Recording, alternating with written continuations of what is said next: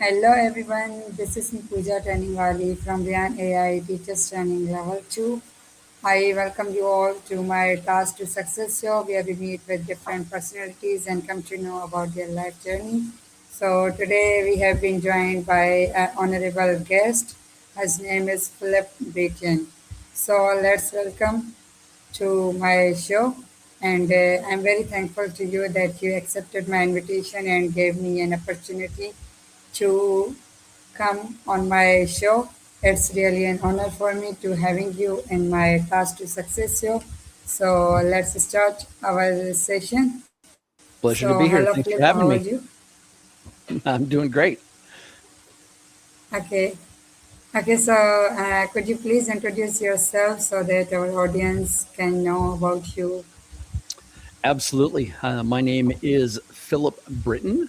I run the Victory Training Network. I am a keynote and workshop speaker. I get to travel all over the world teaching people how to build, how to forge real core confidence so that they can live their purpose, identifying the things internally that hold them back so they can see the external results. And I'm here in the Seattle, Washington area in the US of A, off on the West Coast, the good old Pacific Northwest. Live here with my family. I've got four kids, one grown out of the house. My wife and my three kids live here and work here locally in the Seattle area. Okay, Philip, that's good. Nice to know about your background. So when I visit your profile, I come to know about you that you are a genius world record holder, entrepreneur, international speaker, and Amazon best-selling co-author. So, which achievement has had the greatest impact on your life and why? Oh my goodness. The Guinness Book of World Records event just happened about a month ago. Okay. That was quite an event. Um, a lot of amazing people in the room, getting to build great new relationships with that. It's been a wild ride being able to co author now about seven titles. By the end of the summer, I'll have seven published titles with my name on it. Two of them Amazon bestsellers, one international bestseller. I'm excited about that. And boy, they all impact my life differently and in different ways. And the biggest thing for me is how they impact others when they read them, because it's my story. I've already lived it. It's already impacted me. But it's a matter of having the written, my story written down and my training written down in a way that can hopefully affect and um, impact others' lives in a positive manner. Yeah, and it's such an great achievement that you have held a Genius World Record recently. Okay, that's great. Okay, so can you tell me that what inspired you to create the Victory framework and what problem does it solve for Christian leaders? What inspired me to create it was I had a some might call it a God moment, an aha moment. I had a chance to sit down in my hotel room. I was in Nigeria speaking at a conference there, and sitting in my hotel room, just having a moment with God. And maybe you've had a And moment like this. it's a great sacrifice, I think so. Say that again. It's a big deal, I think so. It's a big sacrifice. It was, yeah, it was a big deal. Maybe you've had a moment like that where you felt like God kind of slapped you across the head with a 2x4 and said, "Wake up." That was kind of what it was for me. I had a small construction company for about 15 years that I ran, and I would do that during the day. But then during the night, I was wearing a suit, teaching, training, being in leadership along that same path. Wear a tool belt by day, wear a suit by night. And this particular trip to Nigeria, God kind of said, listen, son, I didn't call you to wear a tool belt. I called you to use your voice. Now grab the mic and go. And it was that moment that he really just kind of dropped the victory framework in my heart and said, look, I've taught you your entire life how to build confidence. This is the framework that I want you now to teach others what I taught you. Okay. So for me, growing up, I was the child at school that got beat up. I was the bullied one. I was continually running for my life. When the bell rang, I ran. My confidence was shot. I had very low self-image. I didn't think very highly of myself because nobody else thought highly of me. And I thought, what could I ever accomplish in life? Because I'm nothing. I'm no good. I'm all the things that I heard everyone telling me I was. And God used the principles that I now teach in the victory framework. He taught them to me one by one throughout my lifetime, how to build true confidence. Where does confidence actually come from? How do you Yeah. build it? How do you forge that in yourself? How do you achieve those internal victories so that you can see the external victories? And that was Exactly. that was the birth of the victory framework. Yeah. And I think so in your background there is also written victory. Am I right? Say that again. I think so in your background behind you there is also written victory. My background. Yeah, the virtual background you have. I think so it is a virtual background. Oh yes, yes it is. It is a virtual background. I wish it was my Okay. office. Someday I hope it to be my Okay. office, my actual office. That would be nice to have. Yes, I really like this background. Thank you. And I really appreciate your thoughts and your mindset. And I totally agree with your point. Thank you. Okay, okay. So, Philip, one thing I have noticed in my life that many leaders struggle with self-doubt. So, in your experience, what are the biggest causes of self-doubt and how can they overcome? Self doubt is absolutely. I would say it's a chronic issue in today's society. Uh, a large part of that is that we are so enamored with social media. We compare ourselves with everything and everyone around us. And I think that's a big piece of Yeah, the puzzle. Uh, big quit drawback. quit looking at what everybody else is doing and just focus on you. Of Yeah, course, that's easier said than done because it's the society we live in is permeated by this.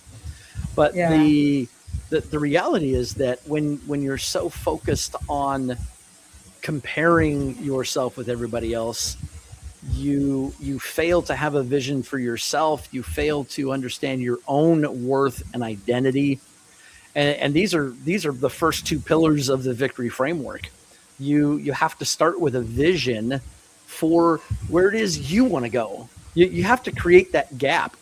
The gap that you create. You set a vision. You set a big, hairy, audacious goal. Something you want to achieve. Who do you want to become? What is the thing that you want to do out in front that creates a gap between where you want to go and where you are now? That gap yeah, creates a hunger, and hopefully that gap is big enough to create a big enough hunger that you can get moving and put some action behind that.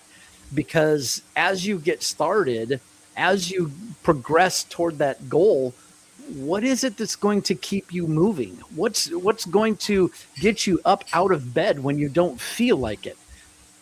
What's going to push you through when you feel like giving up? What is it that you've heard all the leadership saying? Start with why, begin with the end in mind, put the yeah, big rocks first. if you read books like Viktor Frankl's Man's Search for Meaning or The Magic of Thinking Big, Visioneering, there's all these great books. They're all true. Simon Sinek's Start with Why. It's so true. You have to start with a reason why you're going to do Exactly. anything. Otherwise, what's the point? What's going to keep you motivated? And so getting a vision and then taking that next step, you have to build your identity. You have to understand who you are, and as a Christian, whose you are. When you have a true identity, when you understand, you have clarity in your identity, you naturally have a different confidence that you can't fake. You can't Yeah. manufacture it anyway. To give you an example, if you knew that you were the son or daughter of the king, you're going to kind of hold yourself a little higher. You're going to keep your shoulders back. You're going to keep your chin a little higher. You're going to walk into a room and say, "Don't you know who I Yeah. am? Right? My daddy's Yeah. the king. Don't mess with me. He'll smite you." Right? You have a different level of confidence versus if you're just Joe Schmo, the shoemaker's son or daughter. You're going to walk in and maybe you're slumped a little bit, and you know people are going to treat you the way you act. And so when you have that confidence and you know your true identity, it builds that confidence. It's internal. You Exactly. can't you can't fake it. You can't pretend it. The mindset hacks and band-aid fixes that a lot of these leadership gurus use are just surface level. They last for 5 minutes and then they're gone because they don't have a real true foundation internally at the heart level. And so that's what the victory framework really solves, is getting in and helping you understand who you really are, getting Yeah. clear on your vision and your identity, and the authority that you carry in your identity. Yeah. When you Exactly. when you're clear on your identity and the authority you carry, you begin to understand that you have a purpose, and then you can begin to align your vision with your actual purpose. And now, buddy, you're starting to become unstoppable. Yeah. You are starting to gain that unshakable confidence because now you have clarity. And then we start moving into things like character and trust, and doing some hard work. And that's where it gets really fun and really challenging. And the one thing that I always say is internal victories precede external victories. If you're not where you Yeah. want to be in life, if you're finding that you're struggling to hit that next level, or I just don't know what I'm supposed to do, or I see everybody else doing all these cool things, but gee, it would be nice if I could do some cool things too. And what's my purpose? What am I meant to do?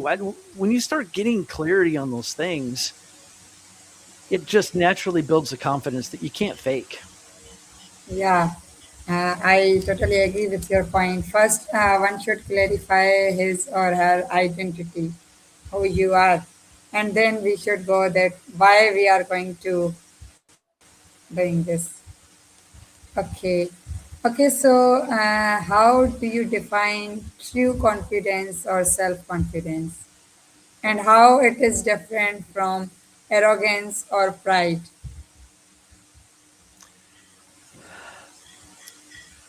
That's a great question.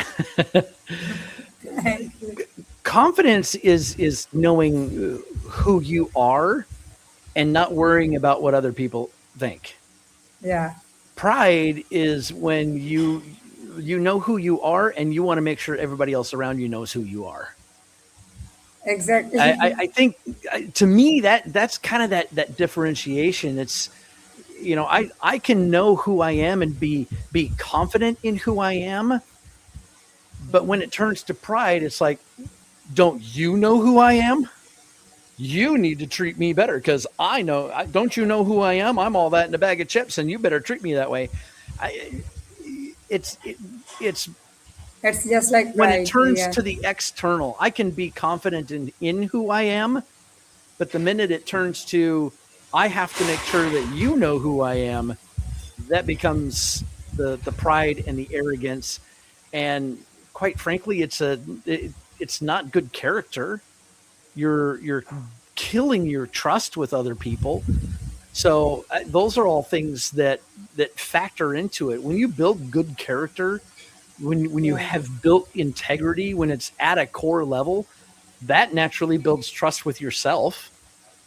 When you know you can walk into a room and trust yourself to not be arrogant and pushy and prideful, there is a level of confidence in that.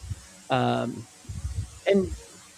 it doesn't really matter what other people think. The reality is that if you know who you are and you're solid in that, you should be outward focused in a way that, how can I improve your life? How can I benefit your life? How can I walk into every conversation, every meeting, every encounter, and have everyone else walk away feeling better about themselves, come away Yeah. with something that can impact their life in a positive way? That's not pride. That's not arrogance. That's service. And Okay. that's the mentality switch that we have to have as leaders, as influencers, as just human beings. We should be looking at others and saying, how can I serve you? How can I better your life? How can I help you walk away with a smile after being around Yeah. me? That's the kind of person that I want to be. Absolutely. If I'm ever that kind of person that walks into a room and people are like, oh my gosh, not this guy again. You know, there, there's two kinds of people in this world: those that brighten the room when they arrive, and those that brighten the room when they leave. Yeah. You are right. I don't want to be the latter, you know. So there's something to be said for understanding the difference between the service mindset versus a prideful mindset. Okay. Okay, so what are the biggest mindset shift you have witnessed in successful leaders? Identity is really the key piece for me. When your identity is tied to your work or your spouse or your hobby or your kids or whatever it is, what happens when those things go away? You see this in older couples, 50s and 60s. All their kids are grown. They move out of the house, and then it's just husband and wife at home. All the kids are Yeah. gone, but their identity has been tied to the kids. And suddenly the kids are gone, and it's just the two of them, and they have no idea how to work together because their identity has been tied to the kids rather than to each other as spouses.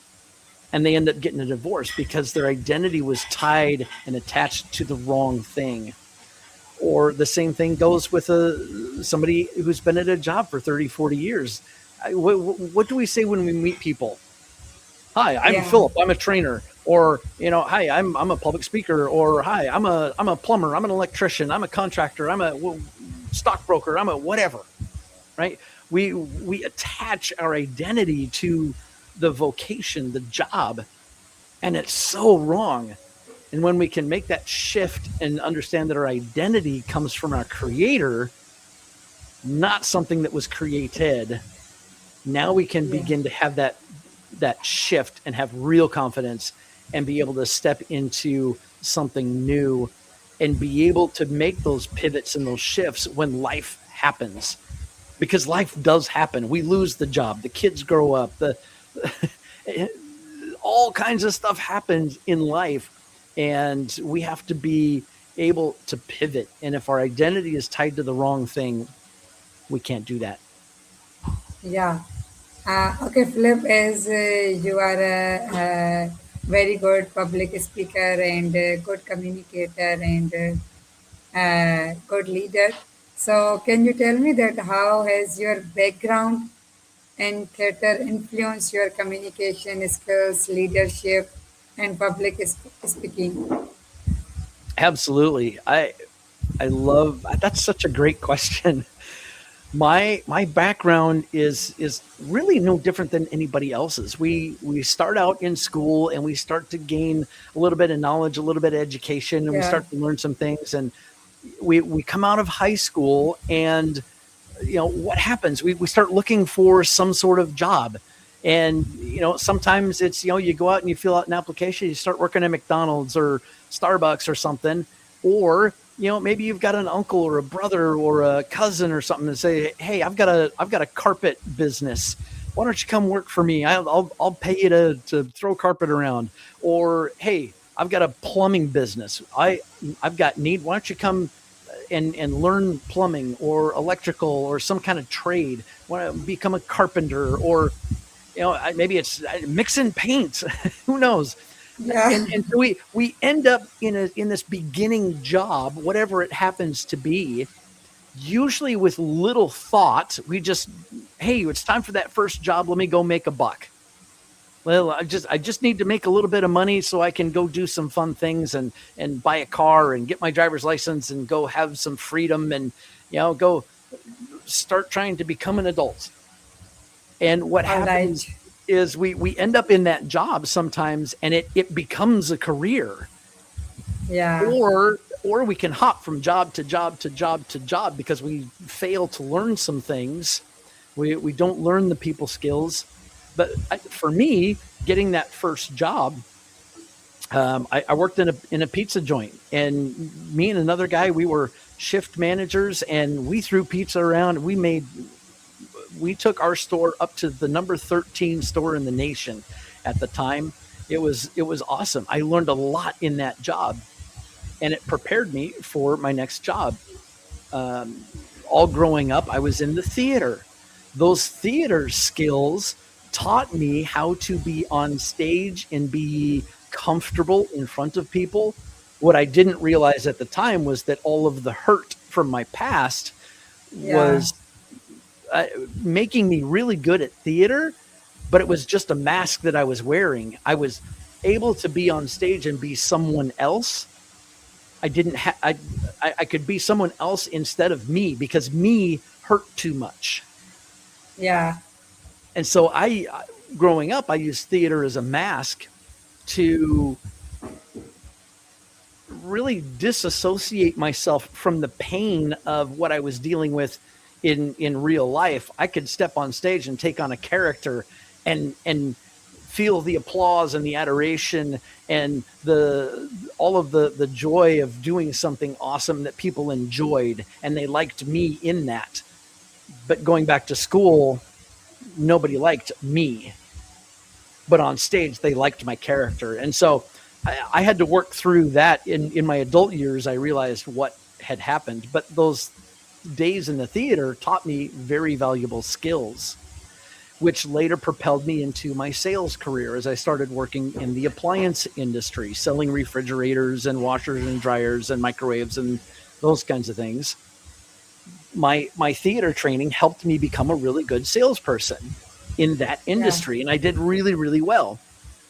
And all of that training then led me to the next step, which was learning to become a business owner and actually run a business, stepping into my construction business. And then all of that along the way, then having some leadership training, reading books, having mentors, and being in a environment of people all associated with each other, learning how to grow themselves. All of these skills just stacked on each other like a ziggurat or a layer cake, a step pyramid, if you will. The foundational layers build those foundational skills, which prepare you to build that next level, which then prepare yeah, you to build that next level. And I couldn't, if you would have told me in my younger days when I was working in the theater or in the pizza shop that I was going to be an international best-selling author and speaker and have a Guinness World Record, I just said, no way, that's not me. I will never do that. You're smoking crack yeah, if you think that's going to happen. I would yeah, have I would have said no way. But as you grow each step, all of those skills you learn at that base level are going to prepare you for that next one. And you don't have to know what the top looks like yet. Yeah. I don't know what the top looks like yet. I can maybe see it a little bit clearer now, but I'm not even looking at the next step. I'm just focused on how do I live and operate in this step that I'm on right now? How do I do the best to my ability? How can I be the best in the world at what I'm doing right now? And that will prepare me for eventually the next step. And that's really the way you have to look at it. Yeah, it means every stage gives you an opportunity to learn something new or new skills. Yeah, and as it is Mhm. quoted, every upcoming days gives an opportunity to learn new things. Mhm. I also believe in this that one should not never stop their learning, no matter how much old he or she is. Okay, Flip, really feeling good after talking to you. Again, it's an honor for me to have you in my show, and I really appreciate your thoughts, your Mhm. greatest mindset, and Mhm. really feeling very, very good. So, right now, I am here to wind up our session. So, take Mhm. care of yourself, and goodbye. Thank you for having me. I appreciate the time. If you're looking to get a hold of me, you can find me at iwantvictory.com. That's the training and cohort website. If you're looking to hire me to speak at your next event, if you're listening, it can be found at philipbrittain.com and on most social media at the Philip Brittain. philipbrittain.com. It's Mm-hmm. your website. Yep. Okay, okay. I will visit this website. Okay. Thank you. Thank you. It's a pleasure. Have a great day.